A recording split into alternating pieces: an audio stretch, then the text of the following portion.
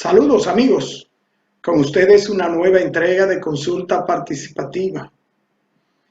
Hoy y esta vez con un trabajo hecho con la intención de llevarle información veraz con respecto a temas muy delicados en función de la pandemia del coronavirus y de lo que estamos viviendo en nuestro país a nivel de salud. Saben ustedes amigos que transmitimos a través de Carivisión canales 26 de Claro Altiz, 22 de Aster y 54 de Altiz, La Voz del Trópico, y que también estamos en las redes sociales, que en este momento estamos transmitiendo a través de Facebook Live, y que también estamos en nuestra página de YouTube, sí, en nuestro canal Consulta Participativa. Ahí están colgadas todas nuestras entregas, que también estamos en nuestro sitio en Instagram como @RicardoOpelman, y que tenemos nuestro número de WhatsApp para que ustedes nos contacten, nos hagan sus preguntas, nos hagan sus sugerencias con respecto de los temas que le interesan y de los invitados que le gustaría que trajéramos al programa para tratarle esos temas. Amigos, opiniones, la gente habla, otros acusan, unos reniegan de las medidas que se han venido tomando con respecto al coronavirus, otros señalan culpables, otros nos quedamos viendo y pensando con horror lo que está sucediendo en nuestro país y en el mundo a nivel de los rebrotes, como le llaman, y a nivel del incremento de contagio de este virus a nivel mundial. Le vamos a reiterar, amigos, nuestro número de WhatsApp para que en especial con respecto a este tema del coronavirus expresen su opinión y nos digan sus inquietudes, nos digan cómo ven ustedes la situación y cuáles son los temas al respecto y las informaciones que ustedes quisieran escuchar. Nuestro número de WhatsApp es 809-769-4500. Nosotros vamos a una pequeña pausa y retornamos de inmediato con nuestros comentarios.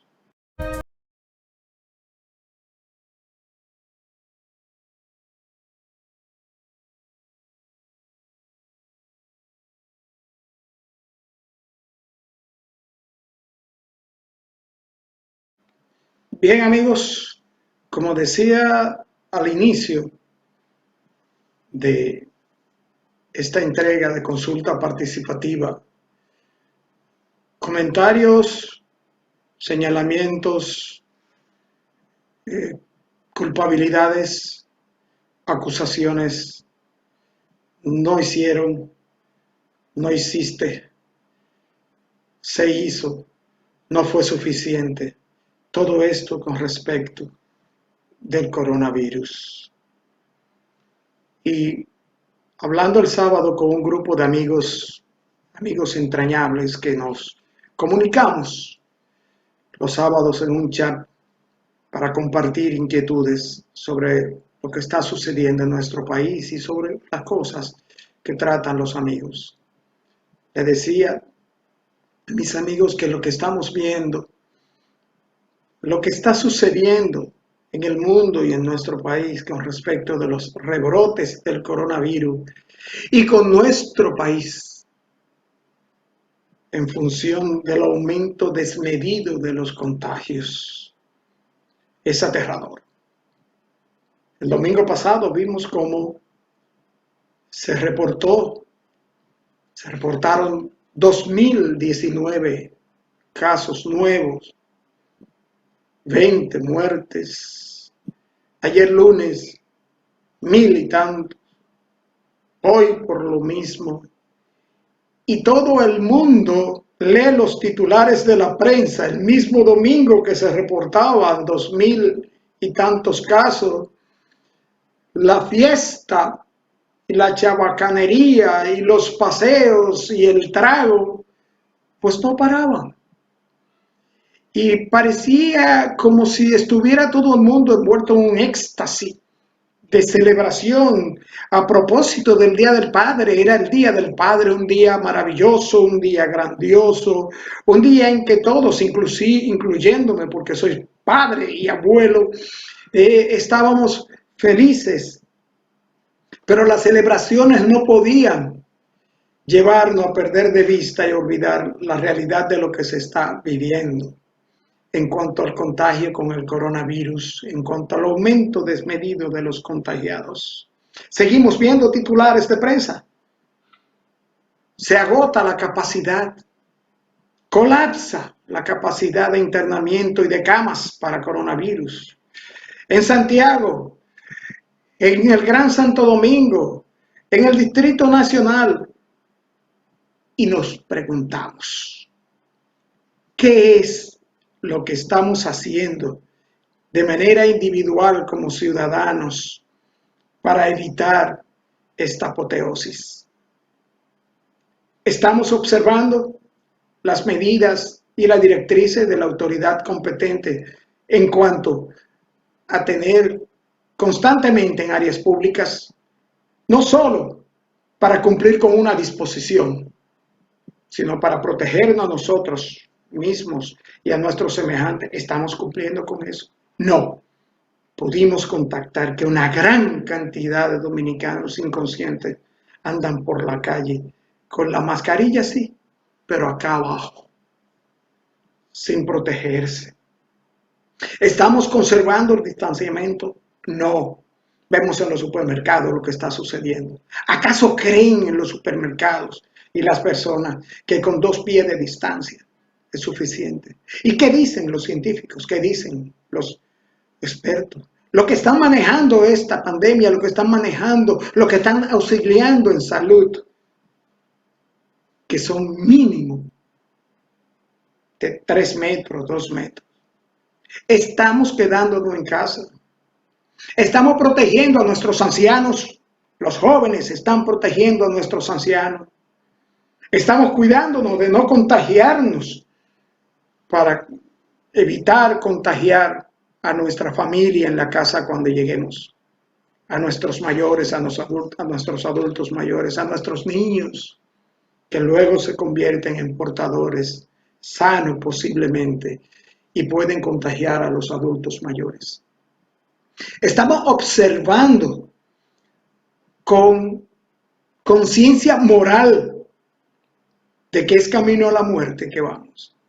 Estamos viendo que celebrábamos el domingo pasado el Día del Padre y que a la vez nos estábamos encaminando con la inconsciencia hacia la cama de hospital que hoy escasea, hacia la enfermedad y el tratamiento necesario y hacia la muerte. Pareciere como que esto es una fiesta extendida y que solamente una parte de los dominicanos estamos tratando de parar esto, de poner un granito de arena para parar estos contagios. ¿Qué pasa con nosotros los dominicanos? ¿Qué está sucediendo, hermanos dominicanos? Juventud dominicana, a ustedes, jóvenes dominicanos que se han empoderado y que han provocado cambios en nuestra sociedad y que estamos seguros de que los cambios serán positivos porque ustedes están involucrados en ello. ¿Qué pasa, jóvenes dominicanos? Vamos a empoderarnos de esta pandemia, vamos a luchar contra ella como un solo dominicano o vamos a permitir que el COVID-19 nos gane la pelea y nos lleve hacia un caos definitivo. Y no me refiero solamente al aspecto salud, que es el más importante y el fundamental, a la economía, porque ¿cómo va a desarrollarse un pueblo enfermo? ¿Cómo puede un pueblo enfermo producir producir riquezas, producir trabajos, puestos de trabajo. ¿Cómo puede un pueblo enfermo producir alimentos? Pero sobre todo, producir confianza en sus semejantes y en los demás. Nos apena ver amigos contagiados, amigos fallecidos, familias enteras contagiadas. Y uno dice, ¿qué estamos haciendo los dominicanos? Nos alienta el hecho de que las vacunas están en proceso. La compañía Moderna en Estados Unidos ya está en la tercera fase. Hay una vacuna que los rusos hablan, hay otra vacuna que los ingleses AstraZeneca dice. En fin, eso está bien, pero no podemos ni tenemos esperanza. Tal vez, como dijo una doctora santiaguera, tendremos esperanza de una vacuna para el 2021. Y antes de esto, ¿quiénes llegaremos a poder vacunarnos si esto no se detiene? ¿Qué vamos a hacer con nuestros hijos? ¿Podemos mandarlos a la escuela? ¿Qué vamos a hacer con nuestros trabajos? ¿Lo vamos a perder irremediablemente? ¿Qué vamos a hacer con la producción alimentaria? ¿Qué vamos a hacer con el turismo? ¿Qué vamos a hacer con la remesa? ¿Qué vamos a hacer, oh Dios, con todo lo que tiene que ver con vida? ¿Qué vamos a hacer con la salud? Siempre exhortamos en consulta participativa, desde que esto comenzó, a que nos quedemos en casa. Esta vez, en este comentario queremos hacerlo no como una exhortación, sino como un ruego. Queremos implorarle a la juventud, mayormente a la juventud, a esa poderosa juventud dominicana, que tome cartas en este asunto, que se empodere y contribuya resueltamente para que esto se detenga. A la mujer dominicana, al hombre dominicano, que nos pongamos en la línea moral de defendernos, de defender nuestras vidas. Somos responsables hoy del futuro y del mañana. Tenemos que actuar como lo demanda la circunstancia y como nos lo exige nuestra condición moral y la formación de nuestros padres. Tenemos que detener esto. Tenemos que ponernos al unísono, agruparnos, abrazarnos en pie de lucha para acabar con esta propagación y estos contagios fatales de este virus devastador. Hoy, amigos televidentes, tenemos un invitado en consulta participativa que quisimos traerlo y le pedimos que viniera a participar con nosotros para informarle a este país la realidad sobre las emergencias dominicanas en los hospitales, en las clínicas, en los centros de salud, cómo estos profesionales y técnicos de las emergencias trabajan denodadamente a riesgo de su vida para protegernos y cuidarnos. Amigos, nosotros vamos a una pequeña pausa y retornamos con nuestro invitado.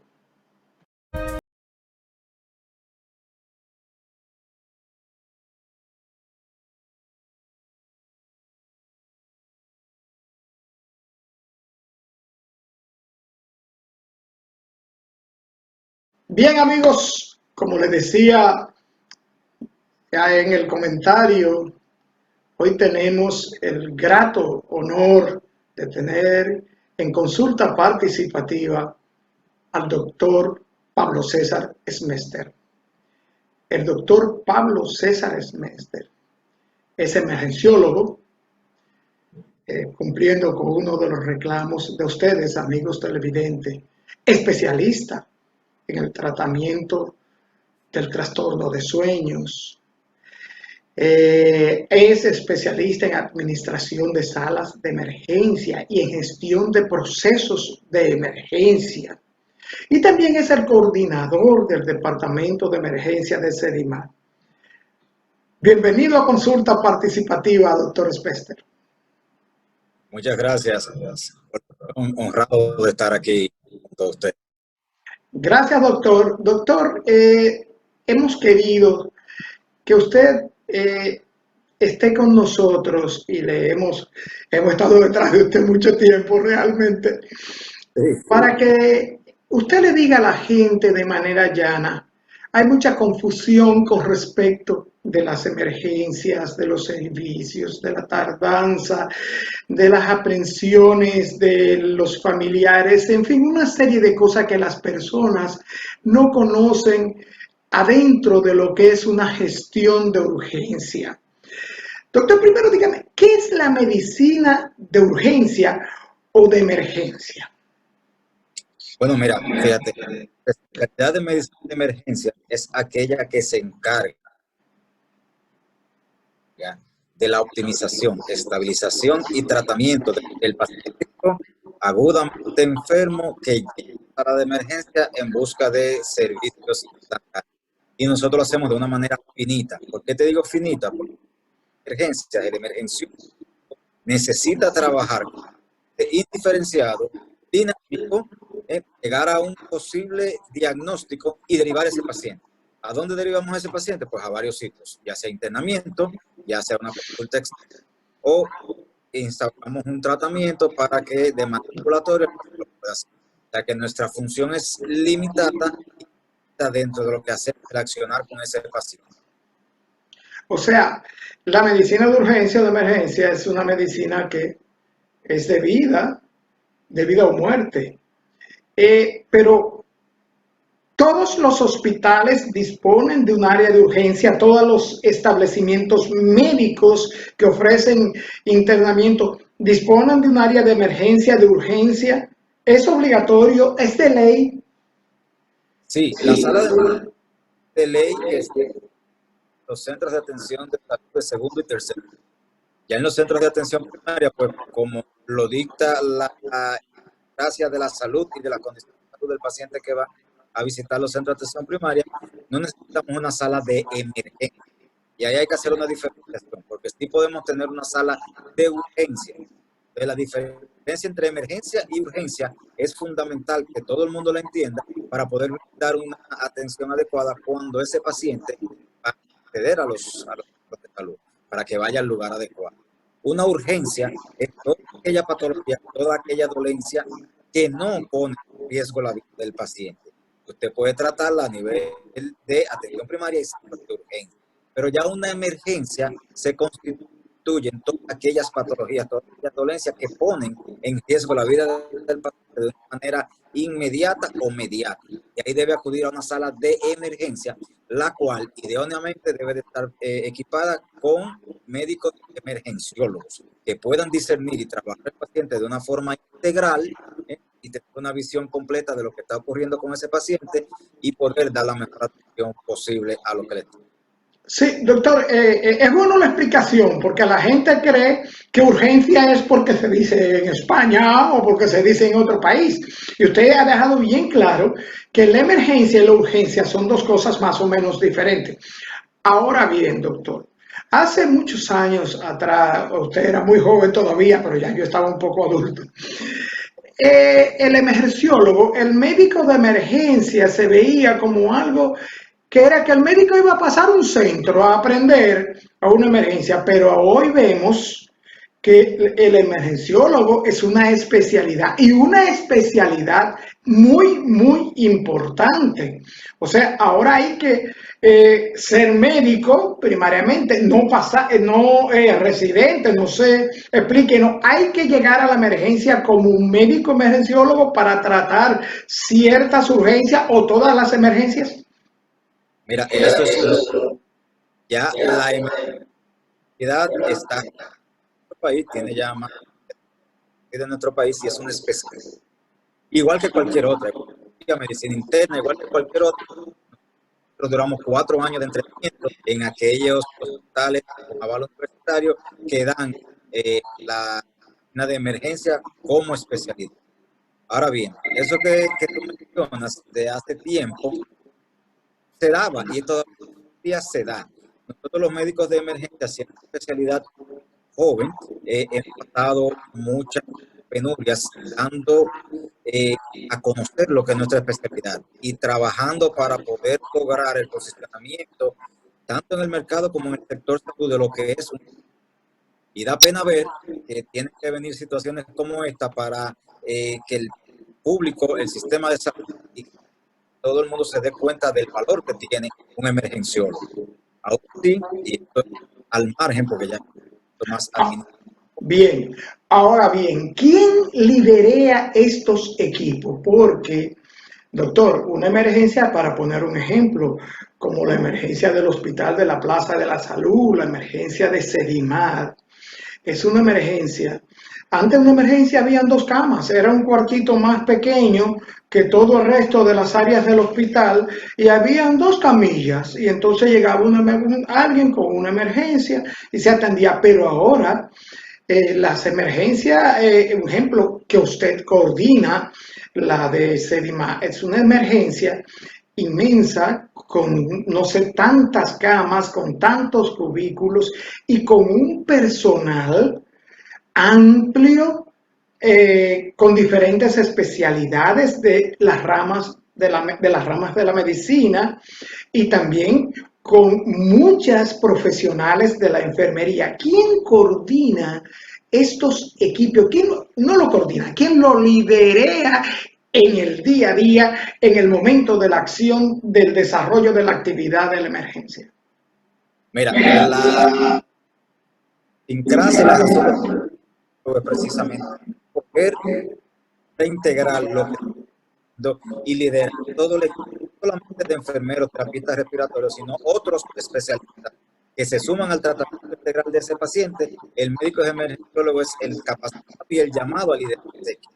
Y esa es su razón de ser y su naturaleza dentro de la sala de emergencia. Ahora bien, las salas de emergencia tuvieron un cambio significativo a raíz de que empezaron a producirse las proyecciones, que te digo, de infraestructuras modernas, de servicios sanitarios que le daban la importancia a la sala de emergencia. Eso tiene múltiples aristas, cómo tú vas a hacer la contratación del recurso humano, la cantidad de recursos humanos, la cantidad de camas que tú vas a tener en tu sala de emergencia. Eso depende de múltiples factores. Uno de ellos, y está importante porque lleva una relación directa, es el nivel de atención que tú vas a ofrecer y la cantidad de camas de internamiento que tú vas a tener en tu centro. Entonces, eso te va a dar a ti una proporción de cuántas camas de emergencia tú necesitas y cuántas camas de unidades de intensivo tú necesitas. Entonces, eso ya se calcula. Todo eso tiene una dinámica y una formulación para poder calcularla. Y luego de ahí ya está el recurso humano, que también tú lo calculas en base a la cantidad de camas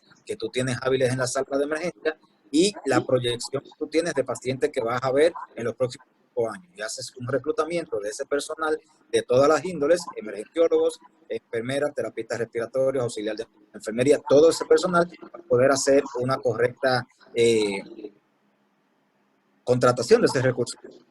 Bien, doctor, en cuanto a la emergencia en sí, la respuesta a tiempo a una emergencia o urgencia médica tiene varios actores, la respuesta a tiempo.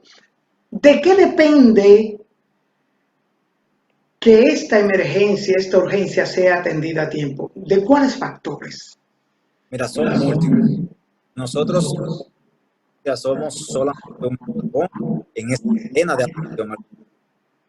Entonces, si arrancamos desde la conciencia ciudadana de que cuando usted tenga una situación de emergencia, usted acceda al sistema de emergencias médicas de forma oportuna, marque el número, active el sistema de emergencias médicas y ese tratamiento, identificación y ese transporte hacia un centro de salud capacitado y con capacidad de resolver su situación es primordial. Nosotros, si recibimos los pacientes en sala de emergencia con tiempo para bajar, el paciente es mucho mejor, el pronóstico es mucho mejor. Ahora bien, en nuestro país, eso, el dominicano sufre de decir, bueno, mira, yo tengo 10 días que no me bebo una pastilla de presión porque mi hijo que me la trae, pero no me la ha traído, no me la bebo, llega a sala de emergencia, con un accidente cerebrovascular que pudo haber sido prevenible, pero cuando viene a llegar a sala de emergencia ya tenía 3 días el accidente cerebrovascular instaurado porque no sabía qué hacer, a quién llamar, y que no fue un hijo y lo vio, no está corriendo para la sala de emergencia. Entonces llega un momento en que estos pacientes acceden al sistema de manera tardía y disminuyen las probabilidades de optimización y de un pronóstico adecuado en ellos mismos. O sea, doctor, que la emergencia en sí depende de factores tales como de la situación real del paciente y de los recursos para asistirlo. Sí, evidentemente sí, porque no es lo mismo tú llegar a un accidente cerebrovascular a una sala de emergencia que tenga una ruta de accidente cerebrovascular, tenga neurólogos, tenga neurocirujanos dentro de su staff en el centro, a tú llegar, por ejemplo, a una maternidad con un accidente cerebrovascular. Son 2 centros de salud, atención en salud, pero tienen visiones y especialidades completamente diferentes. Entonces, muy probablemente en la maternidad el trato y el tratamiento y el pronóstico de un accidente cerebrovascular no sea el adecuado. Y eso es importantísimo saberlo porque nuestro sistema de transporte sanitario prehospitalario muchas veces trabaja al paciente y lo lleva al centro de salud más cercano. Y eso no es lo ideal. Lo ideal es una combinación de un centro de salud a una distancia y que tenga la capacidad, el equipamiento y el personal para ver la situación del paciente. O sea, doctor, usted me está diciendo que no es realmente el protocolo que una ambulancia llegue a un llamado, tome a un paciente, lo aborde la ambulancia y en el local más cercano de salud, ahí llevarlo. O sea, las ambulancias tienen un protocolo o deberían tener un protocolo de conocer más o menos hacia dónde dirigir al paciente. Correcto, totalmente. O sea, que no es que, porque fíjense, en esta situación nosotros estuvimos de emergencia hace pocos días y el señor de la ambulancia pues nos dijo, ¿dónde usted quiere que yo lo lleve? Entonces, es un sistema de transporte que tiene que haber un marco de reglamentación de dónde esta ambulancia tiene su radio de acción, cuáles son los centros a los cuales puede derivar esos pacientes que recoge en el sistema prehospitalario y cuáles son las que esos centros pueden tratar de manera óptima para poder hacer una adecuada derivación de esos pacientes. Es todo un sistema. Doctor, admisión o rechazo, que fue algo que también me llamó la atención. Yo lo voy a conducir a Sedimán, porque nosotros somos pacientes de Sedimán de años, pero, oiga bien, si no lo reciben, nosotros no lo movemos a otro lugar. ¿Qué le parece? ¿Qué te digo? Rechazo, habla un poquito tajante. Una sala de emergencia no se rechaza. Primero porque la ley te obliga por sala de emergencia y estabilizarlo independientemente de su situación social o de el seguro que tenga o no tenga. Por ley tienes que ver una profesión y una especialidad que en ese aspecto pues el médico se la será bastante como profesional, porque tiene que ver el paciente independientemente de cuál sea su condición. Ahora bien, tenemos que estar claros en algo. La estabilización de un paciente muchas veces se logra en sala de emergencia. Yo logro un diagnóstico, yo logro optimizar el paciente, pero para llegar a estabilizarlo, merita un intérprete, ya sea un de cuidados intensivos, ya quirófano, ya situación normal del centro. Entonces, ahí tenemos que tener en cuenta lo siguiente. Los recursos, la estructura y la disponibilidad de espacio físico para atender pacientes de internamiento y de emergencia son limitados. Yo tengo una cantidad de número de camas, todas ocupadas, no tengo ninguna otra opción. Entonces tengo que trabajar de sistema y ya los protocolos preestablecidos, los referimientos coordinados de ese tipo de paciente que ya yo vi en sala de emergencia y su estabilización por su condición meritan un internamiento y yo no tengo espacio físico o no tengo las condiciones y los acuerdos preestablecidos con la aseguradora de ese paciente, para que esté claro, y yo tengo que, por obligación, referir a ese paciente de una manera coordinada. Aquí es donde está la diferencia entre rechazo y requerimiento. Cuando yo hago un rechazo, yo te digo desde la puerta, vete, que aquí no te voy a meter. Y eso no sucede en salas de emergencia, por lo menos en las salas de emergencia coordinadas por emergenciólogos tienen protocolos establecidos. ¿Qué hace el médico de sala de emergencia? Coordina ese paciente con la llamada telefónica del lugar para ubicar la cama en una unidad que es la que el paciente activo o quirófano en otro centro de salud que pueda resolver la condición de este paciente y que lo puedan aceptar. Entonces eso a veces dura horas, a veces dura días. Y es una situación del sistema que nos compromete bastante, porque como habíamos dicho al principio, el emergenciólogo, su naturaleza es optimizar y estabilizar el paciente hasta un punto.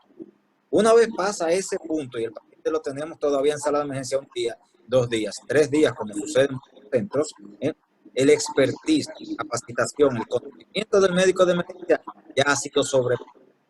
¿Por qué? Porque no es su naturaleza ni fue su entrenamiento el tratar pacientes días y días, como lo haría el internista, como lo haría el intensivista, como lo haría aquellos especialistas que sí fueron entrenados y capacitados para una atención continua de esos pacientes. Y por eso es que nosotros como emergenciólogos llegamos al punto de la estabilización, de la investigación diagnóstica y de la activación de ese paciente a otro especialista o a otras unidades para que puedan dar una solución definitiva a su situación. Doctor, ahí vamos. Usted dijo una palabra clave dentro de las preguntas que tenemos, la cantidad inmensa de preguntas que tenemos. Protocolo. Llegó la ambulancia. Viene con una persona, dos, no sé, depende del tipo de emergencia, como usted señalaba, con el paciente. ¿Cuáles son los principios y protocolos que el personal de emergencia tiene que inmediatamente comenzar a aplicar a este paciente recién llegado y que se desconoce los motivos por los cuales viene? O sea, ¿cuál es el protocolo? ¿Cuáles son los pasos fundamentales? Esto, doctor, después de la pausa. Doctor, antes de irnos a la pausa, le preguntaba sobre los protocolos fundamentales, obligatorios, los pasos que debe dar el personal de emergencia una vez el camillero de la ambulancia introduce al paciente dentro del área hospitalaria. Mira, vamos del hospital porque hay dos. Está el protocolo de actuación médica, que como un paciente que llega indiferenciado, bueno, nosotros trabajamos un protocolo de atención médica en emergencia y está definido en los libros de medicina de cómo abordar un paciente indiferenciado, físico completo, hasta todo lo que tú tienes que hacer, la semiología, el interrogatorio tanto del paciente como el familiar, todo poder llegar a unos diagnósticos diferenciales y empezar un tratamiento. Ese es el protocolo de actuación médica. Ahora está el protocolo de actuación administrativa, que es diferente en cada sala de emergencia dependiendo de la naturaleza del centro de asistencia. Entonces, esos protocolos administrativos son responsabilidad del centro como del encargado y que esté dirigiendo la sala de emergencia de crearlo y de socializarlo con sus pares dentro de su establecimiento, pero también tienen que ir en consonancia con los protocolos establecidos por el Ministerio de Salud y por la sociedad especializada a la cual usted debe. Entonces, cuando hablamos de eso, es una integración de todos los protocolos que deben ir de la mano. Cuando hablamos ya en lo particular, por la actuación médica, más allá del primer abordaje del paciente para crear una sospecha diagnóstica y unos diagnósticos diferenciales, ya esos primeros diagnósticos que tú vas a trabajar se insertan con estos protocolos médicos específicos de cada uno. Me explico. A mí me llega un paciente en sala diferenciado, simplemente con un dolor. Cuando yo trabajo con ese paciente y determino que mi sospecha diagnóstica va alrededor de algo vascular, un infarto agudo al miocardio, una disfunción aorta, cualquiera de los diagnósticos presuntivos que yo me baraje de paciente, yo debo de empezar a descartar o a corroborar esos diagnósticos enganchados a los protocolos de actuación médicas para infarto agudo de miocardio, para disección aórtica y poder hacer el tratamiento, las imágenes y los estudios de gabinete a consecuencia de lo que yo estoy sospechando y quiero descartar o corroborar. Doctor, en las emergencias es lo mismo el protocolo, los pasos para los pacientes que llegan en estado consciente y en estado inconsciente. En esencia, el protocolo, porque tú quieres llegar a un diagnóstico diferente, pero el abordaje, un paciente consciente y un paciente inconsciente, difiere. De hecho, hay todo un capítulo en los libros de nosotros de emergenciología que aborda, valga la redundancia, el diagnóstico y el abordaje del paciente inconsciente en salud. Y hay ciertos tratamientos que tú pones empíricamente para tratar de retornar la conciencia mientras vas descartando los diferentes diagnósticos diferenciales que son bastante amplios en este tipo de... Exacto. Doctor, los médicos de emergencia. Ahí viene lo fuerte. Oiga esta expresión. Lo llevé a emergencia y me lo dejaron tirado ahí en una camilla como 2 horas como un perro. Dígame. Mira, esto responde a varias cosas. No están del todo logrado, es un asunto de forma, no de forma. ¿Qué pasa? Las salas de emergencias que tienen emergenciólogos y tienen protocolos se rigen por estándares internacionales y uno de ellos es la aplicación de un adecuado triaje. ¿Qué es el triaje?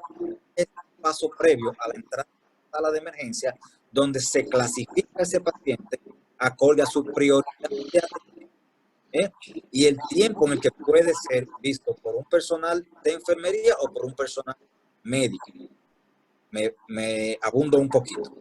Si tú te vas fuera de aquí, nosotros tenemos 2 modelos que usualmente son a los que apuntamos y vemos. Está el modelo estadounidense y está el modelo europeo. En ambos modelos utilizan el triaje, mide tiempo de entrada a la sala de emergencia. Y tú tienes la priorización de estos pacientes por una escala de triaje que te da 5 colores. Me explico. Y esos colores van a corresponder a un tipo de patología o un conjunto de patologías específicas que te dan esa clasificación de qué tan rápido tengo yo que atender a la de emergencia. Entonces, cuando hablamos de eso en nuestro país y en la mayoría de salas de emergencia, el 80% de los pacientes que acuden a salas de emergencia son urgencias médicas. Entonces, esos pacientes que tienen una urgencia médica se evalúan en el triaje y se categorizan. Se le da un color que corresponde a un tiempo de respuesta. Los tiempos de respuesta están hasta 120 minutos para tú ser visto por un personal de salud dentro de la sala. ¿Cómo es? Repítame eso, doctor. Dentro del triaje a nivel mundial, el nivel de atención más benigno, menos grave, tiene un tiempo de atención de hasta 120 minutos para tú poder pasar a sala de emergencia y ser visto. Depende de múltiples factores. Evidentemente, el primero y más importante es el nivel de prioridad o de criticidad de tu situación. Si tú no estás crítico y tienes una urgencia que puedes esperar el tiempo adecuado, y yo entiendo que no debo de mandarte a una consulta donde tu cita te la van a poner para días después, yo te voy a decir su tiempo de atención y tu color va a ser el color verde. Yo te voy a atender en 120 minutos, por ejemplo, que es el máximo de atención de este color. Pero si tu color de clasificación en triaje, por tu criticidad y por la prioridad de atención de la problemática que tú tienes y los posibles diagnósticos es rojo, yo te atiendo de inmediato. Entonces, nos falta un poquito de concientización del usuario de las salas de emergencia para que aprendan estos conceptos y sepan que se atiende por orden de prioridad de atención de acuerdo a tus signos y síntomas, tus patologías, y que si te estamos diciendo que usted puede esperar, entienda que es porque primero tenemos recursos limitados, espacios limitados y se están orientando y abocando a un paciente que tiene una condición más crítica. Eso no quiere decir que el es clasificado de primera intención no se le dé seguimiento, porque los pacientes todos sabemos que son dinámicos. Y si yo te clasifiqué como verde ahora, en 10 minutos, en 15 minutos, tu condición puede variar.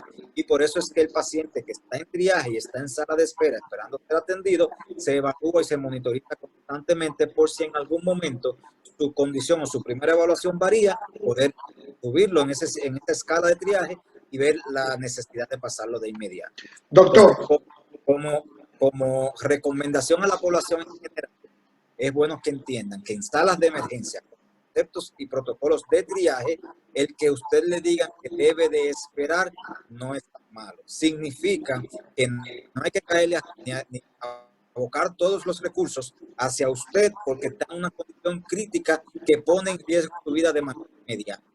O sea, que entiende, nosotros entendemos que usted tiene un dolor, que usted tiene una situación que para usted en ese momento es lo más grande que le ha pasado en el mundo, pero cuando llegamos a la estandarización y al sistema de clasificación y le decimos que puede esperar, tenga un poquito de paciencia porque los recursos, tanto humanos como equipos y disponibilidad de carga, se están destinando a pacientes que tienen una prioridad de atención un poquito más alta que la suya. Doctor, ahí está, doctor, emergencia, personal de emergencia, riesgos del personal de emergencia, emergencia y coronavirus. Bueno, ya llegamos al menú. Mira, el personal de emergencia, ¿qué te digo? Como personal sanitario, que estamos en la línea frontal de atención a los pacientes de coronavirus, tenemos un riesgo elevado. ¿Ok? Tenemos una probabilidad de contagio bastante elevada porque estamos trabajando día y noche con posibles pacientes sospechosos. ¿Qué hemos hecho en ese sentido? Y que, habiendo hecho eso, hemos logrado un nivel de seguridad sumamente elevado en el personal de salud de salas de emergencia. Que si te vas a las estadísticas, el personal de sala de emergencia tiene una tasa de infección bastante bajita, muy bajita, para la de centros de atención que tenemos en nuestro sistema y que están brindando pacientes. Bajita, pero se quejan de que hay mucho personal médico contagiado. Personal de salud, personal de emergencia. Ok. Entonces, el personal de emergencia tiene un índice bajito de contagios ahora mismo. Tiene índice bajito de contagios porque crean protocolos adecuados para garantizar la bioprotección de nuestro personal frente a los pacientes sospechosos respiratorios. Pero no solamente eso, en la mayoría de los centros donde tienen salas de emergencia gestionadas por emergenciólogos, se ha hecho una separación de lo que es el triaje del paciente normal con el triaje del paciente sospechoso respiratorio. Pero no solamente una separación de clasificación, sino una separación real de infraestructura. En mi sector, aquí en Sedimar, nosotros hacemos un pretriaje fuera de la sala de emergencia.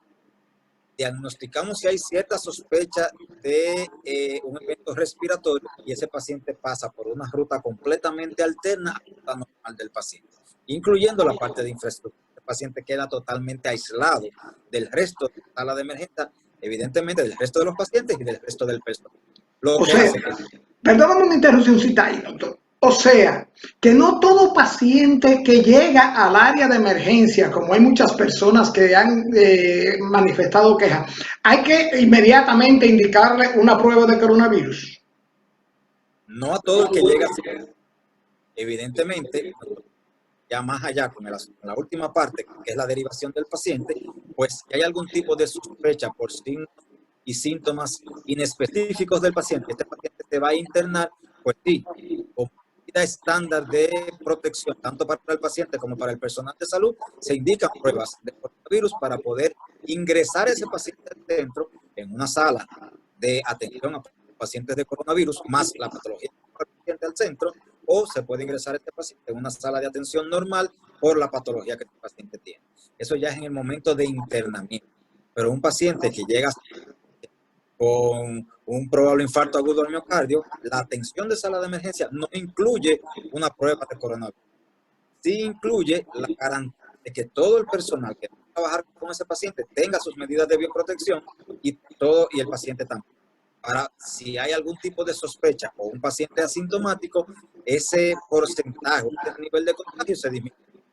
Doctor, se nos fue el tiempo. Mire qué rápido se nos fue el tiempo. Pero mire, doctor, se nos quedan cosas como la exposición del personal de emergencia. Los riesgos que pueden ser estrés, agresiones físicas de parte de acompañantes de pacientes, contaminación por manipular equipos químicos, componentes, o sea, que el personal de emergencia es un personal que está constantemente en riesgo, ¿cierto? Es correcto. Bien, doctor, tenemos un rosario de preguntas y le vamos a pedir públicamente que nos conceda una segunda parte de esta entrevista, porque hay tantas inquietudes, doctor, y con esta cuestión de la alta demanda de áreas de emergencia por el asunto de el disparo, si así se puede llamar, de los contagios del coronavirus, pues tenemos preguntas y ansiedades manifiestas de nuestros amigos televidentes que se reflejan en nuestro WhatsApp y en nuestro correo electrónico. Doctor Pablo César Smetter, las puertas de consulta participativa están abiertas y esperamos que nos complazca con una segunda entrevista. Gracias por estar con nosotros. Gracias a ustedes. Bien, amigos televidentes, y como siempre, nuestra reflexión final. Por favor, hazlo por ti, hazlo por tus familias, hazlo por tus amigos, tus asociados, tus vecinos, todo lo que componen el cuadro familiar, tus nietos. Hazlo por todos los dominicanos, hazlo por nosotros los envejecientes, hazlo por la juventud, hazlo por la mujer, hazlo por el hombre. Coopera, conviértete en un instrumento de combate al coronavirus. Por favor, quédate en casa, quedémonos en casa. Amigos, nos vemos en la próxima entrega.